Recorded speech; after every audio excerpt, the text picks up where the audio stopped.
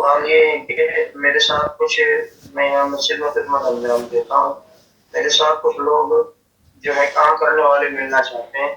ان کو قرآن پاک پڑھانا شروع کیا تھا تو پڑھنے کے لیے تیار بھی نہیں ہو پاتے، وقتی طور پہ تیار ہو جاتے ہیں، لیکن آپ نے بتایا کہ صراط مستقیم کورس شروع کیا جائے، شاید ان کے عقیدت سے درست ہو سکیں، تو یہ بہتر ہے یا قرآن شریف کی ان کو پہلے پڑھانا بہتر ہے؟ دیکھیں، میں نے آپ کی خدمت میں گزارش کی ہے کہ صراط مستقیم کورس تو 40 دن کا ہے، اور جو قرآن کریم ہے وہ تو 40 دن کا نہیں، تو پوری زندگی کا ہے۔ صراط مستقیم کورس پڑھا لیں گے، ان کے عقائد ٹھیک ہو جائیں گے، کچھ دعائیں آئیں گی، کچھ احادیث سیکھ لیں گے اور آپ کے ساتھ جڑ جائیں گے۔ آپ کبھی بھی کسی بندے کو مکمل دلائل سمجھائے بغیر، عقیدہ بتائے بغیر آپ قرآن کریم پڑھائیں گے،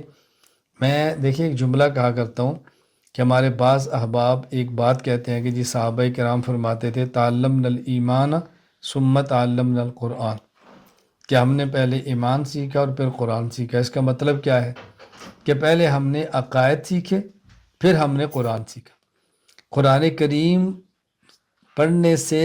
زیادہ ضروری ہے کہ پہلے عقائد ٹھیک کریں، لے آؤ پہلے عقائد ٹھیک کریں، عقائد کے ٹھیک ہونے کے بعد پھر آپ قرآن کریم پڑھائیں تو قرآن کریم مفید بھی ہوگا نا۔ 40 دن آپ گزریں گے، 40 دعائیں آئیں گی، 40 آیات آئیں گی، 40 احادیث ہوں گی اور ان کے سامنے عقائد ہوں گے،